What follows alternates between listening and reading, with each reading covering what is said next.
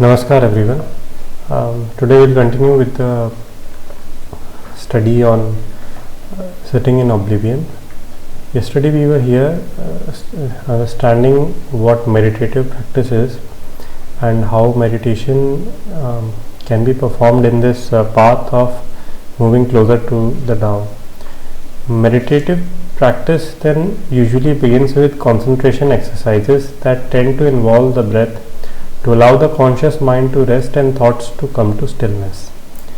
Beginners are usually submerged in a torrent of thoughts that jump aimlessly from one to the next, ranging from distant memories of the past to wild expectations of the future. This is something that we discussed yesterday as well. When we start meditation exercises, we are hampered by either guilt from our past or plans of the future, which do not really exist in reality. Neither the images of the past exist and neither the plans of future exist. Both are in our own imagination. So this is what meditators call the monkey mind, the mind like a galloping horse, and what Daoists call the ordinary mind. It is an uncontrolled state of the mind, which is the normal state that we face every day. So when we start meditating, we are moving towards a more we are like trying to tame this monkey mind, but not taming as in taming by force of a wild animal, but rather taming as in returning to the original nature. It is uncontrolled and wild and does not give the person even a moment's rest. Using concentration and breath awareness, old patterns soften or are eliminated. Then new tendencies can be installed, defined in accordance with specific traditions and thus vastly among different culture and religions. Still, even here certain general tendencies appear. Negative emotions are eliminated, thoughts are changed towards well-meaning patterns, and positive feelings are installed.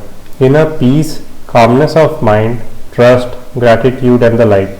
Eventually, all practitioners reach a state that goes beyond ordinary consciousness but pervades all levels of the mind. The deep absorptions Daoist calls Wawang.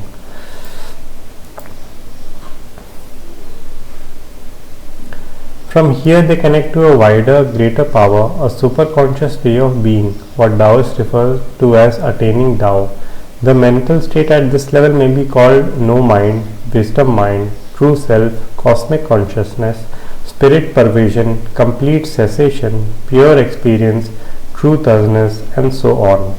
It is understood as part of an ultimate power or reality that underlies the universe and defined differently in each tradition.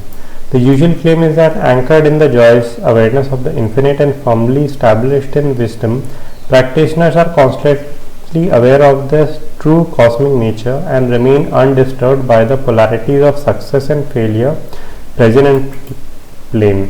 Sukha dukhe samekritva labha labho jaya jayo.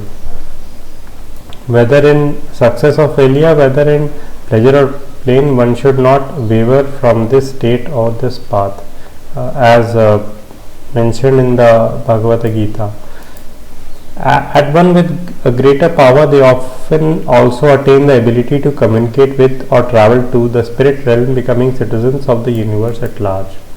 So this process of attaining the Tao is also connected very deeply to the realization or reaching Bhagwan in Vedanta or Bhakti.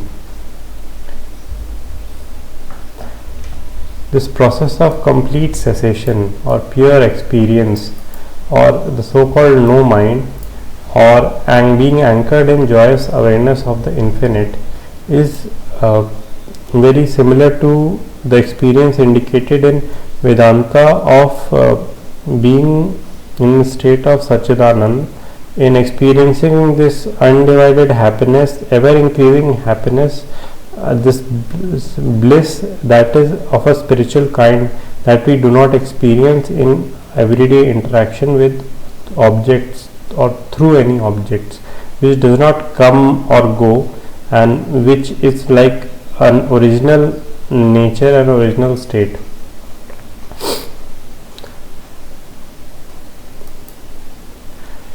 Here, for example, we have another text called Plain Words on the Pure Land Way, which is a collection of sayings by Zen masters centered around the tradition of Pure Land Buddhism and Nembutsu, or the Namo Amitabha prayer, which is also a form of meditating or calling the name of Amitabha Buddha and focusing the consciousness on that. So, for example, here is an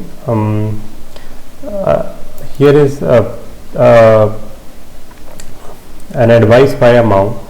Asked where an outcast monk should live, Muzen replied, so long as you can say the Nembutsu, which is Namo Amitabha, the mantra, anywhere at all is fine.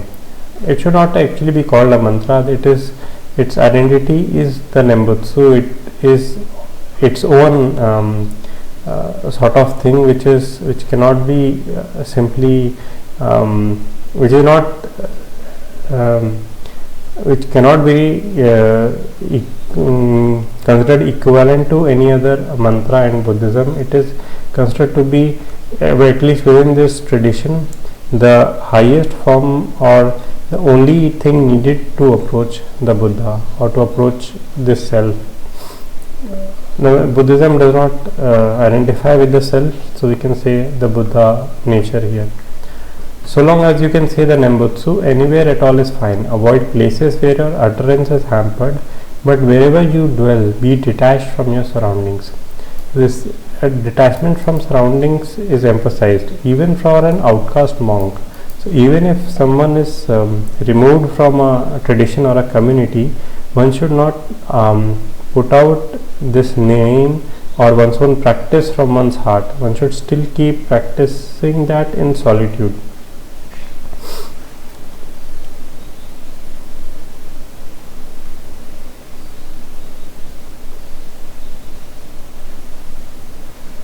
For the person who actually wants to attain the world beyond, nothing is more pointless than withdrawal from ordinary life. This is a very this is also an important statement in our practice of this kind of sitting in oblivion. If for a person targeting the world beyond, changing locations in this world is of no consequence. One should try to understand how to incorporate these practices in one's own ordinary life, rather than trying to create specialities in our own life or special circumstances under which we practice this path of sitting in oblivion or attaining the no mind. It is another from the A Night in the Desert of the Holy Mountain, where I learned the pronunciation of this word. It is Yeron Das in Greek, which means an elder, similar to starets in Russian. So here he is asking the teacher, when the nous is distracted, that is when this mind, so for example here we were studying that in the mind we have these kind of distractions. Beginners are usually submerged in a torrent of thoughts that jump aimlessly from one to the next, which is the monkey mind. When this nous is distracted, and I have noticed this happens many times, what methods can we use to direct it? So the teacher replies, there are for many reasons barren days and hours which make the work of prayer difficult. So there will be some days where we will feel very ordinary, nothing, no special motivation, and our work is also not motivating us towards this spiritual practice. The work of the Jesus prayer then becomes quite toilsome and hard. When we insist, though, the grace of God helps us to find the Jesus prayer again and to go on firmly towards our divinization in grace. I shall tell you some ways in which help us to overcome these barren days and hours. Firstly, we should not lose courage in any way. This is extremely important. In a spiritual practice, we can encounter these boring or sort of these blocks, but we should not lose courage in those times. We should pray mainly with the lips in these hours. It is perhaps a privilege of the persevering people those who are full of grace to be able to keep their nerves easily on the words of the prayer and pray undistractedly. Additionally, during prayer we must not accept even good thoughts, because at that time even the good thoughts excite the nerves. Being excited, the nerves accepts the impassioned one. This is also an important, while praying sometimes we start making plans that seem good, that may seem like spiritual plans, but if we start entertaining these, then that also becomes an engagement for the mind, and it becomes distracted from the main practice that we are trying. So even this kind of intrusive thoughts should be avoided.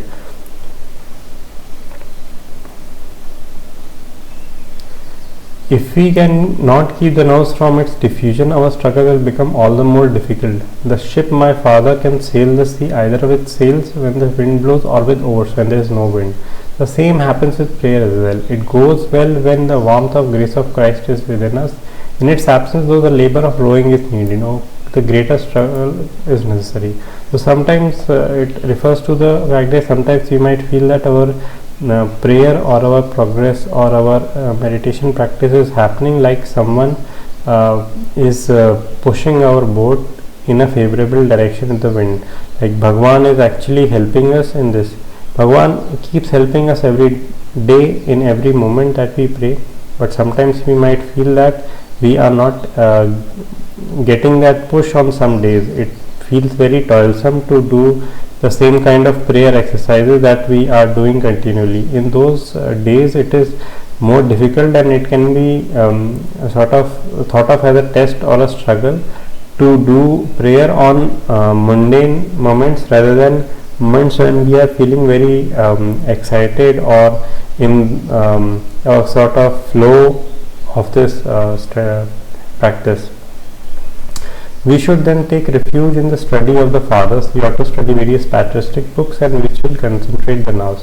This is a very good advice here, which is given in context of this particular tradition, but it can be applied generally, that wherever we are studying it, like if we are taking the path of the Daoist path or the Buddhist path, or we are practicing bhakti, it is important that when we are taking this name or meditating through the name of Bhagwan, let's say meditating on the name of Bhagwan Ram, then we can open the book of saints or read about some texts that help us motivate on days that we are feeling low. We can read the Ramayana, we can read the Bhagavad Gita, and try to put our mind in this study. This study helps us concentrate in those days where mere prayer is not helping us.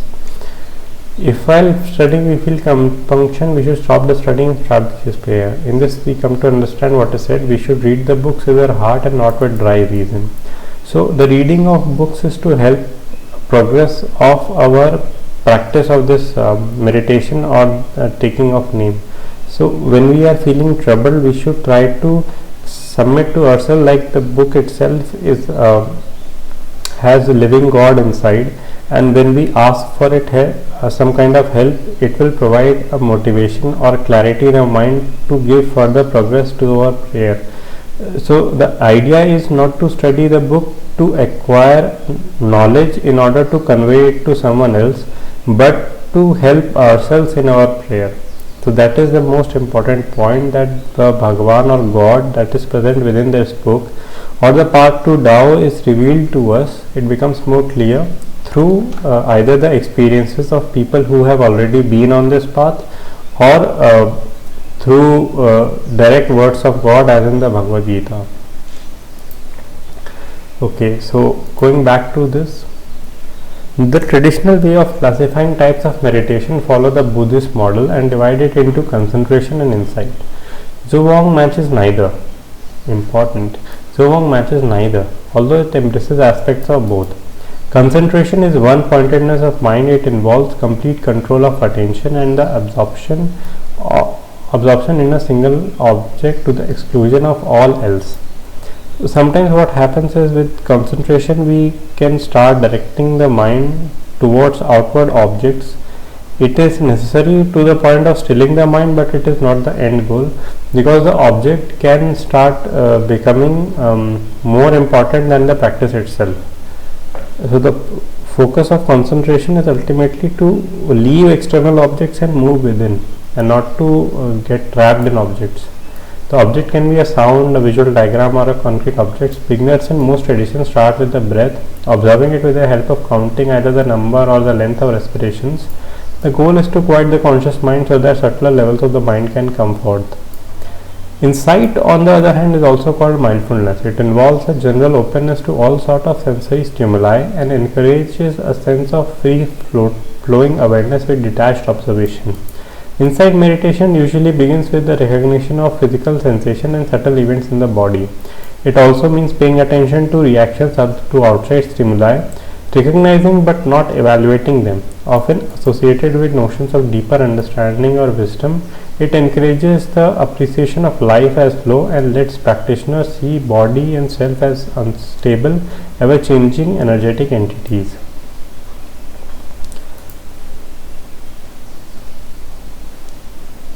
Developing this fundamental division, the evidence report for the Agency for Healthcare Research and Quality proposes a division into 5 broad categories: mantra, mindfulness, yoga, taiji chuan, and qigong. Authors acknowledge that this classification is problematic since it merges a number of different methods into one group, such as, for example, hatha and kundalini forms of yoga, or breath awareness and chanting under the heading of mantra. It also does not allow visualization as a separate category as much as the ancient Buddhist system does, which subsumes it under concentration. Okay, so here is some other academic references. I think we can skip to some other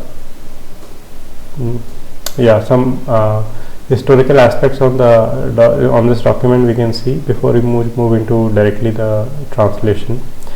The older documentation of Zhuang, as well as the first mention of the term, appears in Zhuangzi, Book of Master Zhuang. The classical passage is a part of dialogue of Confucius with his disciple Yan Hui, the latter reporting that he is getting better at attaining Tao.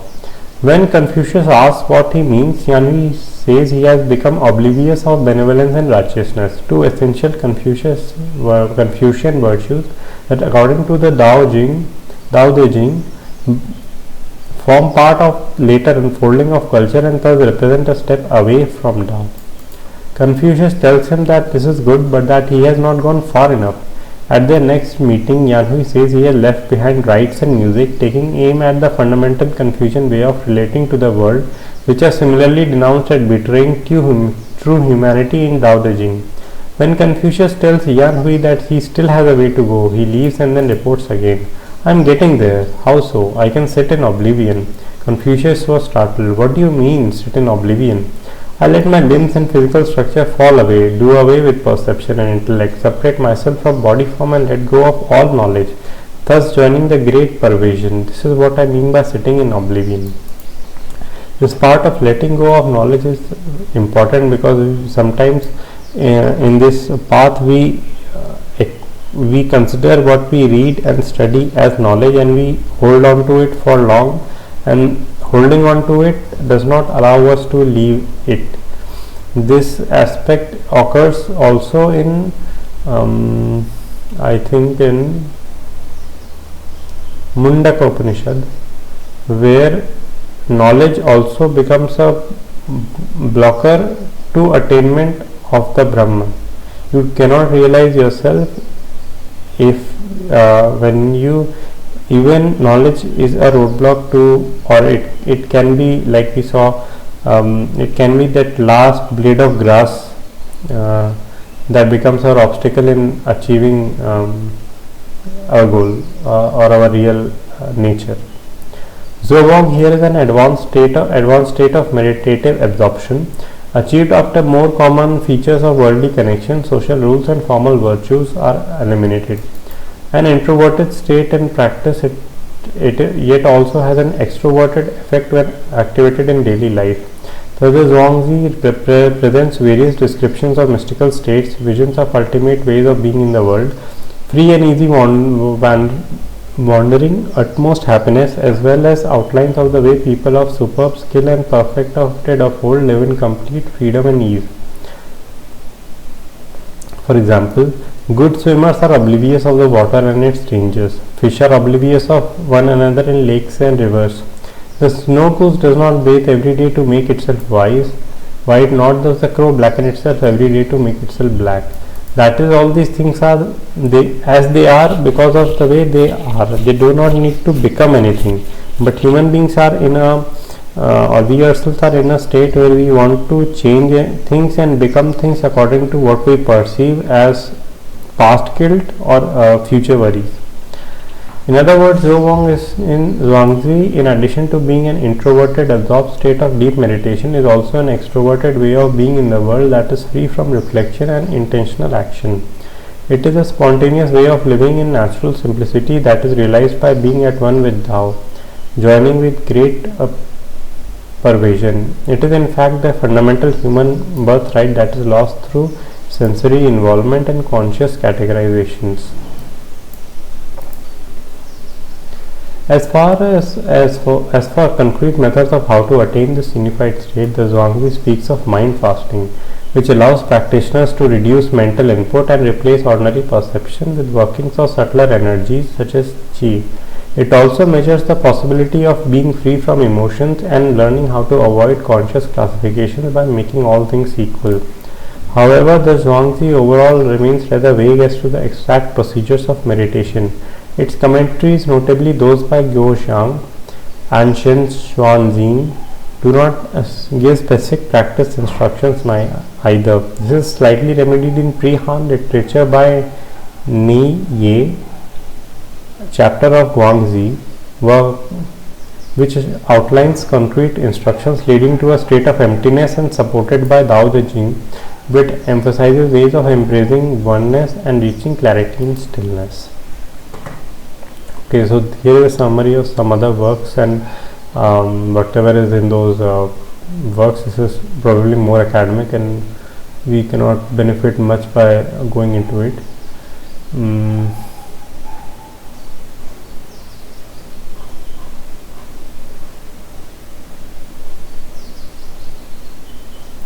The Song Encyclopedia Hyunji Qishan presents a similar perspective. It too sees Zhuang as preparatory and then links it with transforming the body self and provides instructions.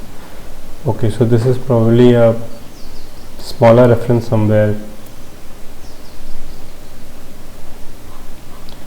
Let's move ahead.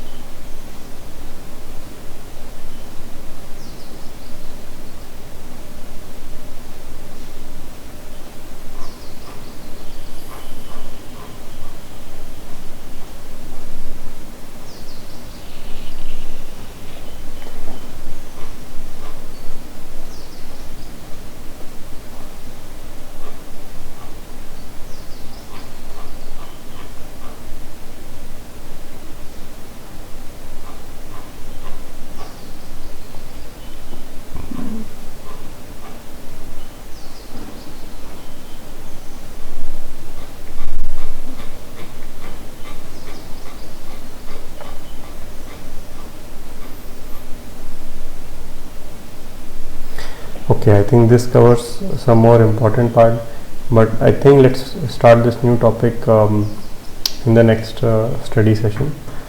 Let's go over another story from Anand Bindu by Swami Akhandanand Saraswati ji. This next story is Master, it was my mistake. A gentleman wanted to hire a servant. He called for applications candidates for an interview to select a suitable man. He would ask each applicant to fetch him a glass of water. When the man brought it, he would tell him to throw away the water. Then he would ask the man why he threw the water away. Naturally, the man would reply, because he told me to. Yes, you are right, he would say, and you may go. One applicant responded differently to his question about why he threw away the water. Master, it was my mistake, he said. The man was selected for the job. It is the same in Bhakti, loving devotion and faith for Bhagwan. In Bhakti, whether it is Bhajatam Ananya Bhak, single-minded devotion, or Bhajatya Mama Bhijanati, my Bhakta knows me, the feeling a Jiva individual has, Niyojya Kartritva, this is my ordained duty remains. This is a technical word of the Bhaktas. Bhagwan is a Mukhya Karta, Vispadua, and the Jiva is the secondary, he is a designated instrument. The Jiva does what Bhagavan inspires him to do. He is not insolent even if he makes some mistake. He does not try to evade accepting responsibility for what he did. A Jiva doesn't tell Bhagavan, I made this mistake because of you. Sevak jo so kare sevaka, a servant one who serves. A true servant of Bhagavan never blames Bhagavan for what happens, he takes blames on himself. Guna tumhara samujhai nij doshu. All the good qualities are yours, Prabhu, and all the faults are mine.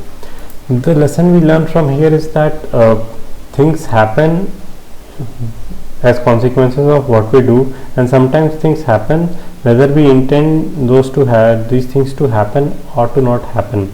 But instead of putting the blame of these on the world or God or nature or any of these external forces, when we learn to accept it as it is and accept our responsibility in those actions, then we become free from this worry about how to cover up for it or how to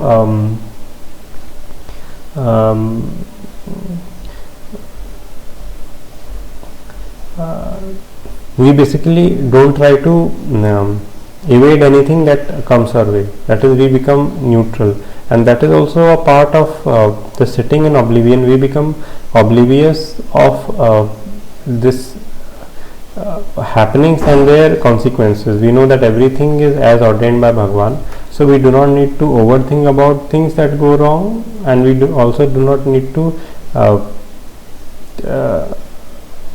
over assert ourselves for what we did right, because where we push responsibility towards Bhagavan for something, we also start taking credits for things that maybe we do right.